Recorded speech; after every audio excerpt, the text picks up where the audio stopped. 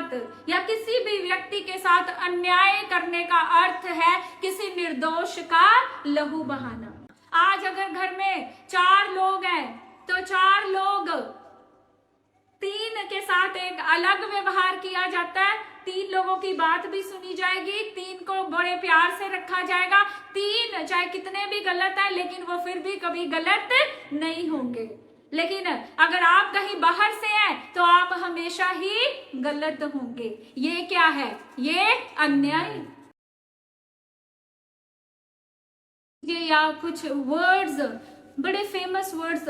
Washington DC में एक meeting हुई थी, एक असेंबली थी। मेरा ये बड़ी हम्बल रिक्वेस्ट है, जिनके फोन बज रहे हैं प्लीज आप अपने फोन साइलेंट पे कर दें या स्विच ऑफ कर दें।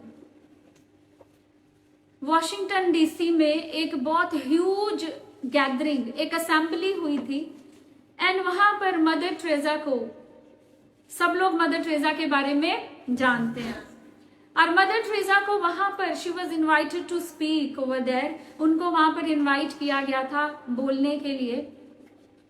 और वहां पर उन्होंने कुछ शब्द कहे, कुछ वर्ड्स कहे थे जो बहुत फेमस वर्ड्स हैं, बहुत रिनाउंड हो गए वो शब्द, बड़े पॉपुलर हो गए। उन्होंने कहा, अपनी बात रखते हुए उन्होंने कहा कि be willing to give until it hurts, be willing to give until it hurts, कि देने के लिए हमेशा तत्पर रहो, विलिंग रहो, इच्छुक रहो, हमेशा देने के लिए इच्छुक रहो, चाहे आपको उसमें दर्द से होकर गुजरना पड़े। देने के लिए हमेशा तत्पर रहो, देने के लिए हमेशा इच्छुक रहो, विलिंग रहो, चाहे आपको दर्द में से होकर गुजरना पड़े। अब खुदा का कलाम कहता है कि खुदा किनसे पाना चाहता है? खुदा उनसे पाता जो हर्ष और आनंद से देते हैं। देने में अगर दुख हो रहा है हमें तो फिर वो देने का फायदा नहीं है। पर नहीं, मदर टेरेसा कुछ और कहना चाह रहे थे। उन्होंने क्या कहा कि जब आप देते हो सकता है उसमें आपको थोड़ा सा अनकंफर्टेबल होना पड़े, इनकन्वीनियंट आपको होना पड़े, हो सकता है उसमें आपको हर्ट होना पड़े, आपको सफरिंग आए, हो सकता है आपको पेन सहनी पड़े, हो सकता है आपको उसमें कुछ सैक्रिफाइसेस करने पड़े। ऐसे देने की बात मदर टेरेसा ने करी। उन्होंने कहा be willing to give until it hurts. जब तक दर्द ना हो, जब तक दर्द ना हो तब तक देने के इच्छुक रहें। हम जानते हैं उस कंगाल विधवा को, जब यीशु मसीह मंदिर के बाहर बैठे, सब लोगों की गतिविधियां देख रहे, सब अमीरों ने, धनवानों ने बहुत सारा धन मंदिर को दान किया, मंदिर के उसमें दान में डाला, जो उनका डोनेशन बॉक्स होगा या जो भी, हाँ, दान पात्र, उसमें उन्होंने बहुत सारा धन डाला। लेकिन यीशु मसीह की नजर किस औरत पे गई, किस व्यक्ति पे गई? उस कंगाल विधवा के ऊपर, जिसके पास केवल क्या थे? 2 कॉइन्स। जिसके पास केवल कितने कॉइन्स थे? 2 कॉइन्स थे। और उसने अपनी, वही उसकी जमा पूंजी, वही उसकी कमाई, वही उसकी सेविंग्स, वही उसका सब कुछ, वो उसने सारा का सारा उसमें डाल दिया। जब उस औरत ने दिया होगा तो उसके अंदर एक पेन, एक सैक्रिफाइस, अनकंफर्टेबल हुई, इनकन्वीनियंस हुई। इवन देन शी गेव, तब भी उसने दिया। ऐसे देने की बात मदर टेरेसा कर रही थी। Hallelujah, hallelujah. ऐसा देने वाला हृदय मनुष्य का नहीं, ऐसा देने वाला हृदय किसका है? परमेश्वर का। ऐसा स्वभाव, ऐसा चरित्र, ऐसा नेचर, ऐसा कैरेक्टर किसका है? परमेश्वर का। क्योंकि परमेश्वर का स्वभाव है दयावान, खुदा मर्सी, कंपैशन, सेल्फलेस लव। ये 3 चरित्र है किसके? खुदा के। Hallelujah, hallelujah. अब आज का वचन जो हम पढ़ने जा रहे हैं, हमने बहुत सारे प्रॉफिट्स के बारे में हम सुनते हैं अक्सर, लेकिन कुछ प्रॉफिट्स ऐसे हैं, कुछ भविष्यवक्ता बाइबल के अंदर ऐसे हैं, खुदा के कलाम में कुछ भविष्यवक्ताओं का जिक्र है और लेकिन उनके बारे में कम बात की जाती है, या आप ये कह लें उनके बारे में आपने कम सुना होगा। तो आज हम ऐसे एक भविष्यद्वक्ता के बारे में बात करने जा रहे हैं जिनका नाम है आमोस, जिनका नाम है प्रॉफिट आमोस। तो ये जो प्रॉफिट आमोस है, ये कोई प्रोफेशनल प्रॉफिट या कोई जिसको कह लीजिए कोई ट्रेंड प्रॉफिट या जिसने बहुत कोई ज्ञान लिया हो, या जैसे हम जानते हैं कि शमूएल बचपन से मंदिर में रहा और एली के पास रहा और वो खुदा की आवाज को सुनने लगा, है ना, हम सब जानते। लेकिन आमोस के साथ ऐसा कुछ भी नहीं था। आमोस नबी एक चरवाहा था। आमोस नबी एक चरवाहा था। भेड़े चराते चराते परमेश्वर ने उससे बात की, खुदा ने उससे बात की और अपनी इच्छा को खुदा ने आमोस नबी के ऊपर जाहिर किया। Hallelujah, hallelujah, hallelujah, hallelujah. और आमोस नबी ने उस समय जो खुदा के बारे में बात की, आज हम अक्सर बात करते हैं सिर्फ अनुग्रह के बारे में, हम बात करते हैं दया के बारे में, लेकिन परमेश्वर की जो नेचर है वो थोड़ी सी कॉम्प्लेक्स है। परमेश्वर की जो नेचर है वो थोड़ी कॉम्प्लेक्स है। परमेश्वर एक समय पे अगर काइंड है, दयावान है, मर्सीफुल है, एट द सेम टाइम जब खुदा के नियमों को, उसकी कवेनेंट्स को तोड़ा जाता है, जब इंसान के जीवन में पाप आता है, तो एट द सेम टाइम खुदा का क्रोध भी मनुष्य के ऊपर भड़कता है। तो आमोस नबी ने जो बात की, तब जो प्रचार किया, कितने सारे नॉर्थ जो इजराइल का जो किंगडम था उसमें कितने सारे राज्य थे, और ये जो आमोस नबी था ये यरोबाम राजा के समय में इन्होंने प्रचार किया, और जो उन्होंने प्रचार किया वो बड़ा जरूरत थी उस समय की। और प्रभु ने मुझे ये कलाम दिया, जो प्रचार उन्होंने किया वो आज इस समय में बहुत ज्यादा उस कलाम की जरूरत है। हालेलुया। आप मेरे साथ खोल सकते हैं आमोस की पुस्तक, उसका 5 अध्याय 21 से 24 आयत तक हम पढ़ेंगे। मैं तुम्हारे पर्वों से बैर रखता और उन्हें निकम्मा जानता हूँ, और तुम्हारी महासभाओं से मैं प्रसन्न नहीं। तो कहता मैं तुम्हारे पर्वों से घृणा करता और उन्हें तुच्छ जानता हूँ, और तुम्हारी महासभाओं से मैं प्रसन्न नहीं होता। चाहे तुम मेरे लिए होम बलि और अन्न बलि चढ़ाओ तो भी मैं प्रसन्न ना होऊंगा, और तुम्हारे पाले हुए पशुओं के मेल बलियों को ना ताकूंगा। अपने गीतों का कोलाहल मुझसे दूर करो, तुम्हारी सारंगियों का सुर मैं ना सुनूंगा। परंतु न्याय को नदी के समान और धर्म को महानद के समान बहने दो। अभी परमेश्वर क्रोध में है। जो खुदा का वचन हम पढ़ रहे हैं, आमोस नबी जो कह रहा है, वो यहाँ पर क्या जाहिर हो रहा है कि परमेश्वर क्रोध में है, खुदा गुस्से में है, खुदा का कहर, खुदा का क्रोध लोगों के ऊपर है। और खुदा क्या कह रहा है, कहता मैं तुम्हारे सब जितने भी तुम फेस्टिवल्स सेलिब्रेट कर रहे हो, जितने भी पर्व तुम मना रहे हो, कहता तुम्हारे सारे पर्वों से मैं घृणा करता हूँ, कहता उन्हें मैं तुच्छ जानता हूँ, और जितनी भी तुम बड़ी बड़ी महासभाएं घोषित करते हो, कहता उन महासभाओं से मैं प्रसन्न नहीं होता। आज हम बड़ी बड़ी सभाएं घोषित करते हैं, महासभाएं बुलाते हैं, हम कई तरह के पर्व और उत्सव और फेस्टिवल्स हम मना रहे हैं। आज ये ईद, कल वो ईद, परसों फलानी ईद। कहता मैं तुम्हारे इन पर्वों से खुश नहीं हूँ। कहता तुम कितने भी भेंट, बर्न्ट ऑफरिंग्स, होम बलियां, मेल बलियां, तुम कुछ भी लेकर आओ, कहता मेरा ध्यान तुम्हारी इन मेल बलियों, होम बलियों, किसी भी बलि की तरफ, किसी भी ऑफरिंग की तरफ, कहता मैं ना देखूंगा। आज भी हम लोग यही कर रहे हैं। हम बड़े बड़े बैंड्स लेके शोर गुल हु हा ची चै सब तरह चीखे मार मार के हमें लगता है हम क्या कर रहे हैं, आराधना कर रहे हैं। लेकिन कहता तुम्हारे गीतों का शोर गुल मेरे कानों से दूर करो। कहता तुम्हारे गीतों का शोर गुल मेरे कानों से दूर करो। कहता मैं तुम्हारी वीणाओं का स्वर भी ना सुनूंगा।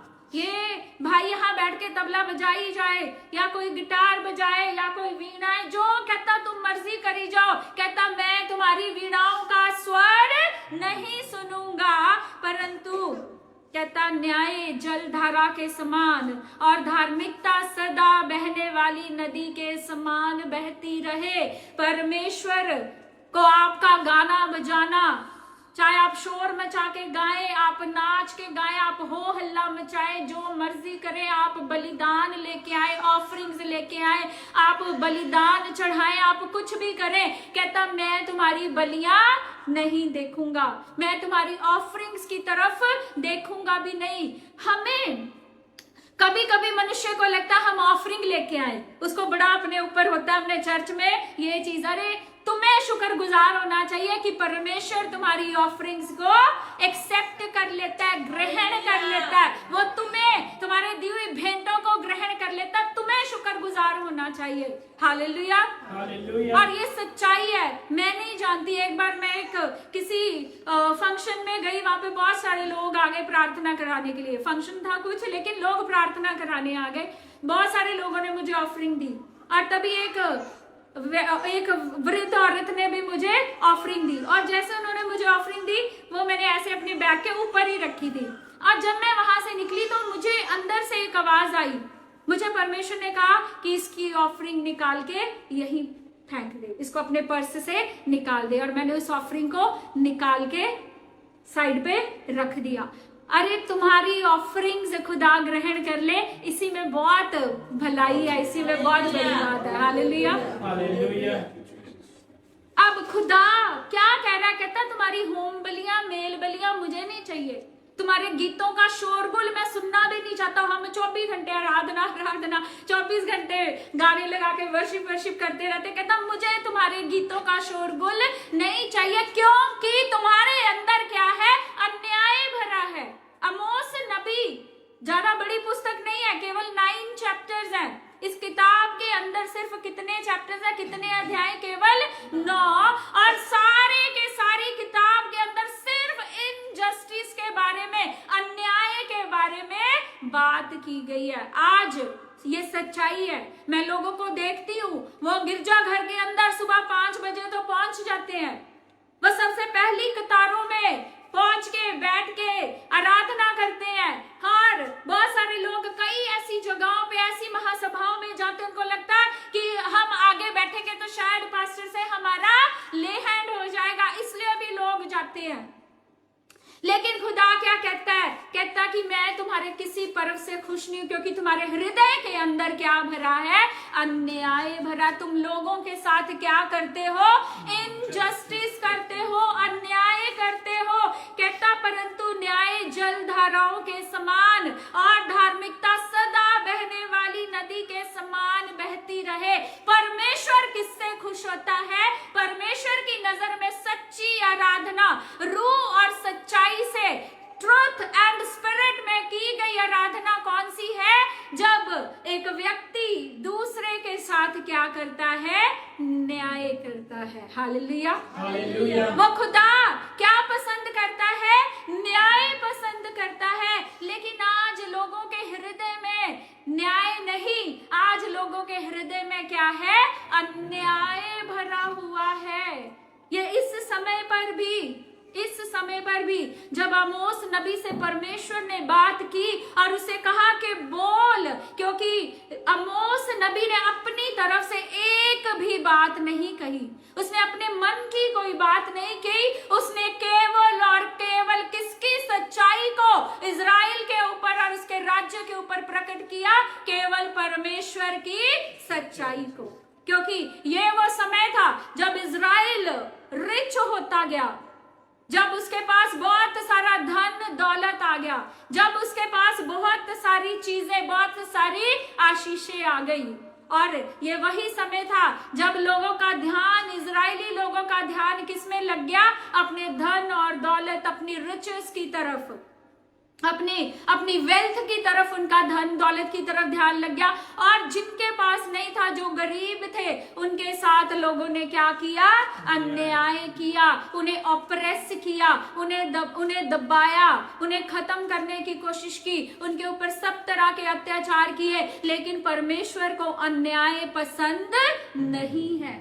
इसलिए खुदा ने आमोस से कहा कि इजराइल के ऊपर खुदा का कहर आने वाला है। क्योंकि उस समय अगर हम देखें, दमिश्क के लिए आमोस नबी ने प्रोफेसी की कि परमेश्वर का क्रोध दमिश्क के ऊपर आने वाला है। क्योंकि दमिश्क गिलाद से जब जीता तो स्टडीज बताती हैं, जो स्टोन थ्रेशर, जिससे हम क्या कहते हैं उसको, पत्थरों को पीसते हैं, ऐसी मशीनों के साथ इंसानों को, गुलामों को पीसा गया, प्रेग्नेंट औरतों को चीर दिया गया। और परमेश्वर ये सब कुछ देखकर दुखी हुआ।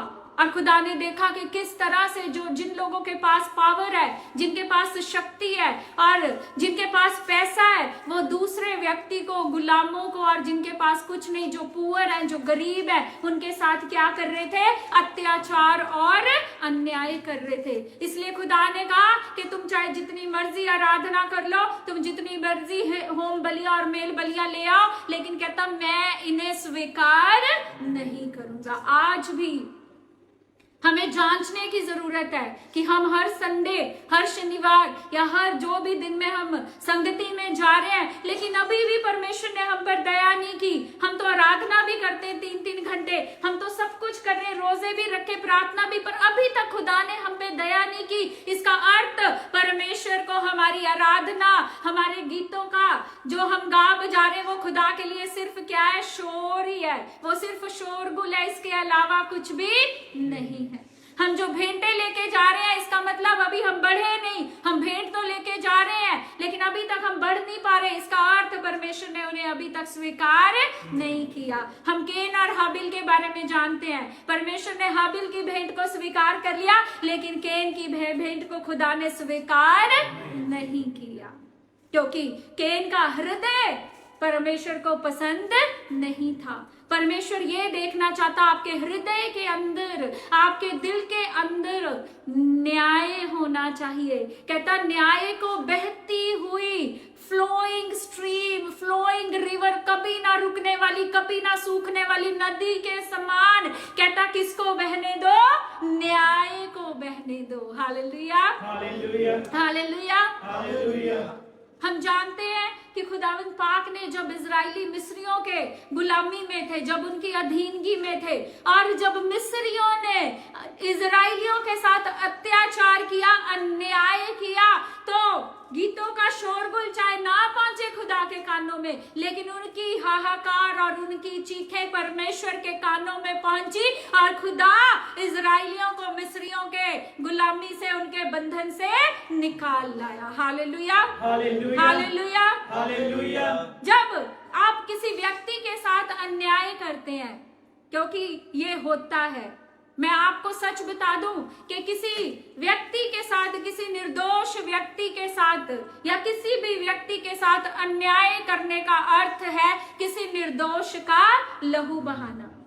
किसी व्यक्ति के साथ अन्याय करने का अर्थ क्या है? किसी निर्दोष का लहू बहाना।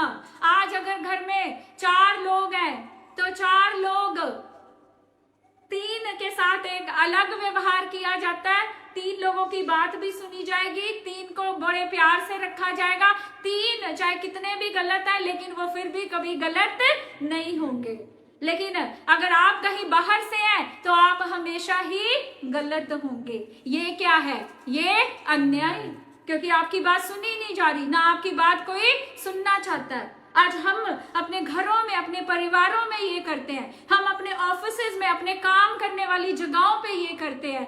आज यहाँ तक सबसे बड़ी ट्रेजेडी, सबसे बड़ी दुख की बात ये है कि यदि हम चर्च में भी सेवा करते हैं तो वहां पर भी यही कुछ है। अगर एक व्यक्ति की इसकी उससे ज्यादा बनती है या इनकी इससे ज्यादा बनती है, ठीक है, तो क्या होगा? ये व्यक्ति, क्योंकि इनकी आपस में नहीं बनती, दूसरे के साथ क्या करेगा? अन्याय करेगा, उसकी बात सुनना ही नहीं चाहते। कभी कभी क्या होता है, पास्टर की मुझसे इनकी बड़ी बनती है, ठीक है, ये मुझे आके बताएंगे फलाने ने ऐसा किया, तो वहां पर पास्टर फटाफट से क्या करता है, एक डिसीजन उसके अगेंस्ट हो गया। कैसे? पहले आप उस व्यक्ति को भी जांच लो, आप उस व्यक्ति की बात भी सुन लो। अन्याय मत करो। खुदा सच में अन्याय से घृणा करता, और लोगों को समझ में नहीं आ रहा कि अन्याय एक ऐसा पाप है जिसके कारण खुदा ने आमोस नबी को भेड़े चराते चराते क्या कर लिया, नबी के रूप में नबी बना दिया, या नबी के रूप में चुन लिया, और उससे कहा कि लोगों को बता कि मैं इनसे नाराज हूं, लोगों को बता कि मैं इनसे घृणा करता हूं, लोगों को बता कि मैं इनके कार्यों से खुश नहीं हूं, क्योंकि इनके हृदय में क्या भरा है, अन्याय भरा। इनजस्टिस से खुदा कभी भी खुश नहीं होता, इनजस्टिस से परमेश्वर कभी भी खुश नहीं होता। मान लीजिए मेरे सामने दो लोग हैं, एक तरफ मेरा भाई है और एक तरफ कोई और व्यक्ति है। हो सकता है मेरे भाई की गलती हो सकता है मेरे भाई की गलती हो, पर मैं कभी नहीं मानूंगी। मैं हमेशा क्या कहूंगी, जो मर्जी हो जाए, कौन सही है, मेरा भाई सही है, जो मर्जी हो जाए। मैं किसका साथ दूंगी, किसकी सपोर्ट में खड़ी हो जाऊंगी, अपने पर। परमेश्वर घृणा करता है, खुदा की नजरों में ये एक पाप है। परमेश्वर की नजरों में इनजस्टिस एक बहुत बड़ा सिन है, एक बहुत बड़ा पाप है। जो बात सच है वही कीजिए, सच्चाई का साथ दीजिए, चाहे उसमें आपका कोई अपना भी सामने खड़ा है, दूसरा व्यक्ति आपका अपना नहीं, आप उसकी बात एक बार जरूर सुने और जानने की कोशिश करें कि क्या हो जाएगा बड़ा। अगर कोई मेरा भाई अगर गलत है तो इसमें क्या ही हो जाएगा, मैं कोई फांसी का फंदा तो लेके खड़ी नहीं हूं। हो सकता है मैं उसे समझा ही दूं कि तूने गलत किया, हो सकता है वो अपना मन फिरा ले, हो सकता है वो बदल ही जाए, हो सकता है अपना मन तब्दील कर ले, हो सकता है वो सामने वाले से माफी मांग ले और परमेश्वर का क्रोध उस पर से हट जाए। Hallelujah, hallelujah. इसलिए आप हमेशा किसके प्रति चौकस रहे, न्याय करने के प्रति चौकस रहे। Hallelujah, hallelujah. अब मैंने आपको पहले बिगिनिंग में मदर टेरेसा के कहे हुए कुछ शब्दों का वर्णन किया, कुछ शब्द मैंने आपके साथ साझे किए, शेयर किए। वो शब्द बताने का अर्थ क्या था कि परमेश्वर हमसे कैसा, क्योंकि जब आप किसी के साथ न्याय करते हैं, जब आप किसी के साथ जस्टिस कर रहे हैं, you are not unjust person. आप जब किसी के साथ जस्टिस करते हैं, न्याय करते हैं, बिना ये देखे कि कोई आपका अपना है या बेगाना, आप सिर्फ सच की बात कर रहे हैं, आप न्याय कर रहे हैं, तो इसका मतलब आप emotionally you are giving. Pain हो सकता है, मैंने कहा था be willing to give until it pains. Pain हो सकता है कि मेरे भाई को मुझे क्या करना पड़ रहा है, गलत बोलना पड़ रहा है, मुझे दर्द हो सकता है, लेकिन मैं क्या करूं, इमोशनली आई एम गिविंग। मैं भावनात्मक रूप से भी मैं क्या कर रही हूँ, किसी व्यक्ति को मैं सपोर्ट कर रही हूँ। I am giving something, I am giving love, I am expressing my selfless love to that person. Hallelujah, खुदा कभी भी, पहली बात ये कि प्रेम कभी भी सेल्फिश नहीं हो सकता। अगर आप सिर्फ अपनी बात कर रहे हैं, मैं अपनी बात कर रही हूँ, अपने भाई की बात ही कर रही हूँ, उसी की बात सुन रही हूँ, और वही हर बार 100 टाइम्स 1000 टाइम्स मैं ये कह रही हूँ वो कभी कुछ गलत है, हो ही नहीं सकता, मैं दूसरे की सुनती ही नहीं हूँ, तो इसका मतलब वो प्रेम जो मेरे अंदर है वो प्रेम नहीं है, वो एक इमोशनल बॉन्डेज है, वो एक इमोशनल बंधन है। और उसको प्रेम बंधन कह लो, कुछ भी कह लो, वो एक बंधन है। और वो लोगों को ऐसे बंधन जीवन में कभी भी लोगों को आगे बढ़ने नहीं देते। ये बंधन आपको हमेशा पीछे की ओर धकेलते हैं। ये बंधन कभी भी आपको बीमारियों से आजाद नहीं होने देते। ये बंधन कभी भी आपको पैनिक अटैक्स और एंजाइटी से फ्री नहीं होने देते। ये बंधन आप जितना आगे बढ़ते हैं, ये बंधन उतना आपको पीछे खींचते हैं। इसलिए कभी भी अन्याय ना करें, क्योंकि अन्याय से परमेश्वर घृणा करता है, और जो लोग अन्याय करते, खुदा का क्रोध, खुदा का कहर उनके ऊपर आएगा। Hallelujah, hallelujah, hallelujah, hallelujah. परमेश्वर आपसे कैसा प्रेम चाहता है, क्योंकि उसी प्रेम में न्याय छुपा है, उसी प्रेम में न्याय छुपा है। परमेश्वर आपसे कंपैशन चाहता है। कंपैशन प्रेम से बढ़कर है, कंपैशन प्रेम से बढ़कर है। यीशु मसीह ने जो सलीब पे दिखाया वो प्रेम से बढ़कर है, वो कंपैशन है। अब प्रेम क्या है? प्रेम मैं अपने भाई से करती हूँ, प्रेम मैं अपनी बेटी से करती हूँ, अपने माता पिता से करती हूँ। प्रेम हम सिर्फ किन से करते हैं? अपनों से। फिर वो चाहे गलत भी है चाहे कैसे भी, हम हमेशा गलत का ही साथ देते जा रहे क्योंकि हम उनसे प्रेम करते हैं। लेकिन कंपैशन में आप दूसरे व्यक्ति के दर्द को समझते हैं। कंपैशन में दर्द उसको हो रहा है, लेकिन वो दर्द महसूस किसे हो रहा है? आपको हो रहा है। इसीलिए तो यीशु मसीह ने सलीब पे अपनी जान को कुर्बान कर दिया, क्योंकि वो आपके दर्द को जानता था, जानता है। वो आपके दर्द को समझता था, समझता है। वो जानता था कि पाप की जो सजा मनुष्य को सहनी पड़ेगी वो इसके सहने से बाहर है। इसलिए उस दर्द को, उस सजा को यीशु मसीह ने अपने ऊपर ले लिया। Hallelujah, hallelujah, hallelujah, hallelujah. इसलिए जब एक व्यक्ति अन्याय करता है, इनजस्टिस करता है, दूसरे व्यक्ति की बात सुने बिना, तो वो व्यक्ति एक निर्दोष का लहू बहाने जैसा पाप करता है।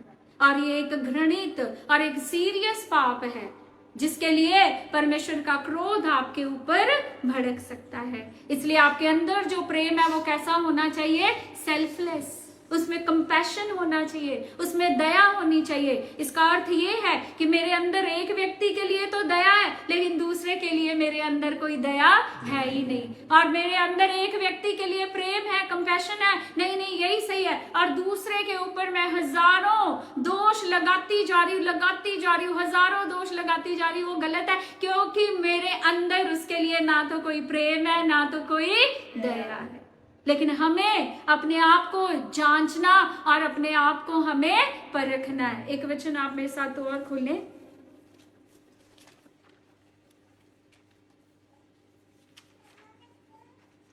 मीका उसका 6 अध्याय 8 आयत हम पढ़ेंगे।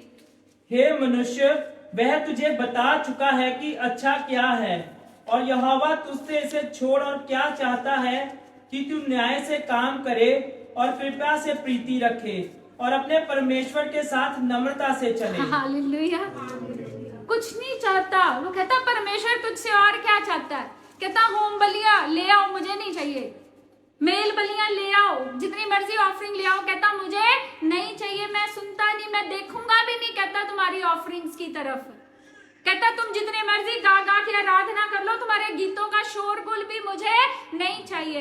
कहता जितनी मर्जी इंस्ट्रूमेंट्स बजा लो, गिटार, तबले बजा लो, सांबे बजा लो, जो मर्जी बजा लो। कहता तुम्हारी वीणाओं का स्वर भी मैं अपने कानों तक नहीं पहुंचने दूंगा। मीका क्या कहता है? मनुष्य, उसने तुझे बता दिया है कि अच्छा क्या है। यहोवा तुझसे इसे छोड़ और क्या चाहता है कि तू न्याय से कार्य करे और कृपा से प्रेम रखे और अपने परमेश्वर के साथ नम्रता से चले। परमेश्वर इसके अलावा आपसे, मेरे प्यारे भाइयों बहनों, खुदा आपसे और कुछ नहीं चाहता। केवल इतना चाहता है कि आप आपस में एक दूसरे के साथ न्यायपूर्ण व्यवहार करें, आप एक दूसरे के साथ प्रेम करें और अपने खुदा के साथ यही नम्रता है कि आप अपने खुदा के साथ नम्रता से चले। Hallelujah, hallelujah, hallelujah, hallelujah. आज कितने लोग ऐसे हैं जिन्होंने जीवन के अंदर सिर्फ और सिर्फ इनजस्टिस सहा, न्याय सहा, अन्याय सहा, और उनकी सुधि लेने वाला कोई नहीं था, उनकी सुनने वाला कोई नहीं था, उनको समझने वाला कोई नहीं था। लेकिन परमेश्वर की नजरों में ये घृणित कार्य है। तो परमेश्वर के जो स्टैंडर्ड्स हैं, खुदा ने जो स्टैंडर्ड्स सेट किए हैं, जो मॉरल वैल्यूज परमेश्वर ने स्टैंडर्ड्स सेट किए, वो बड़े हाई हैं। उनको मैच कर पाना बड़ा मुश्किल है। अगर हम न्याय की बात करें, हम जानते हैं पुराने नियम में अक्सर लोग कहते हैं कि खुदा के कलाम में पुराने नियम में क्या लिखा था? दांत के बदले दांत, आंख के बदले आंख, है ना, और खून, मर्डर के बदले में मर्डर। तो हम कहते हैं न्याय हो गया।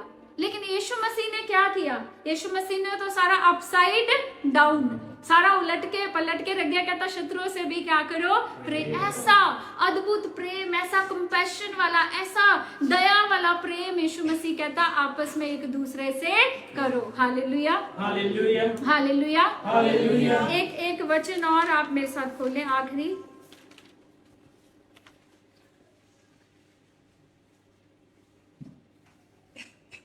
याकूब की पुस्तक उसका 4 अध्याय 17 आयत हम पढ़ेंगे। इसलिए जो कोई भलाई करना जानता है और नहीं करता उसके लिए यह पाप है। अभी देखो, कहता जो कोई भलाई करना जानता है पर नहीं करता ये उसके लिए पाप है। बहुत बार अक्सर ऐसे होता है, हम सब जानते हैं कि ये करना भलाई है, ये करना अच्छा है, ये भले काम है, ये अच्छे काम है, कहता लेकिन फिर भी हम नहीं करते। हम कई बार जानते होते हैं कि हमारा कोई अजीज गलत है, हम जानते होते हैं हमारा कोई अपना गलत है, लेकिन हम उसे गलत ठहराना ही नहीं चाहते, हम उसे समझाना ही नहीं चाहते, हम मानना ही नहीं चाहते वो गलत है। कहता अगर तुम जानते हुए भी कि अच्छा क्या है, भला क्या है, फिर भी भलाई नहीं करते, फिर भी सही काम नहीं करते, तो कहता ये क्या है, एक पाप है। और पाप का प्रतिफल हम सब जानते क्या है, मृत्यु है। पाप का प्रतिफल, पाप से खुदा घृणा करता है। इसलिए खुदा का कलाम क्या कहता है, एक बार फिर से हम आमोस नबी की पुस्तक उसका 5 अध्याय 15 आयत पढ़ेंगे।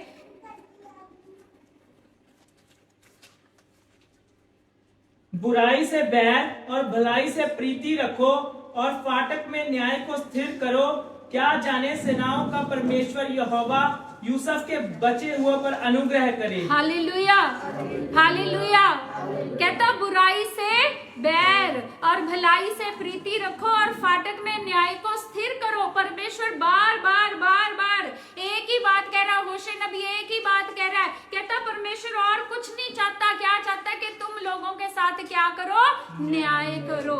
और आमोस नबी फिर से क्या लिखता है, कहता बुराई से बैर और भलाई से प्रीति रखो और फाटक में न्याय को स्थिर करो। Hallelujah, hallelujah, hallelujah, hallelujah. फाटक में किसको स्थिर करो, न्याय को स्थिर करो, जस्टिस करना शुरू करो। अगर आपको लगता है आपने जीवन में कभी भी किसी के साथ अन्याय किया है, इनजस्टिस किया है, आपने किसी जानते हुए कि वो अच्छा था लेकिन फिर भी आपने, क्योंकि अब वो आपका अजीज नहीं था, आपने फिर भी उसके साथ अत्याचार और अन्याय किया, आपने उसकी बात नहीं सुनी, तो आप उसके लिए माफी मांगे परमेश्वर से, और उस व्यक्ति से भी मांग लेंगे तो और भी ज्यादा अच्छा हो जाएगा।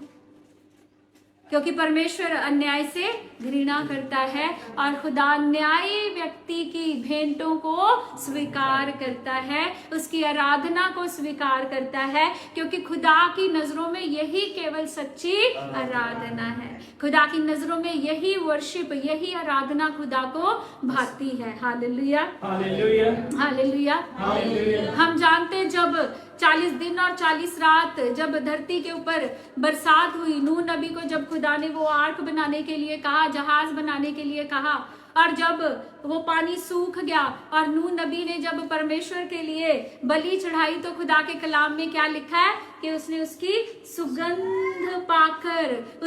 सुगंध पाकर ये फैसला किया कि अब से वो कभी भी धरती के ऊपर श्राप नहीं भेजेगा। लेकिन यहाँ पर परमेश्वर क्या कह रहा है, जितनी मर्जी बलियां चढ़ाई जाओ, कहता ना मेरे तुम्हारी उस बलियों की सुगंध मेरे तक आएगी, ना तुम्हारी आराधना के गीतों का शोर मेरे कानों तक आएगा, ना तुम्हारे म्यूजिकल इंस्ट्रूमेंट्स का शोर मेरे कानों तक आएगा, ना कहता मैं तुम्हारी बलियों की तरफ देखूंगा यदि तुम्हारे अंदर अन्याय भरा है, यदि तुम्हारे अंदर न्याय नहीं है। हालेलुया।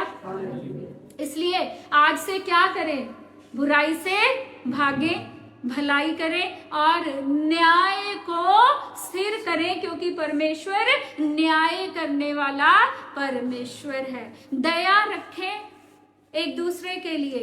अगर घर में 5 लोग हैं, आप मुखिया हो, तो आपके अंदर वो दया 5 के लिए बराबर होनी चाहिए।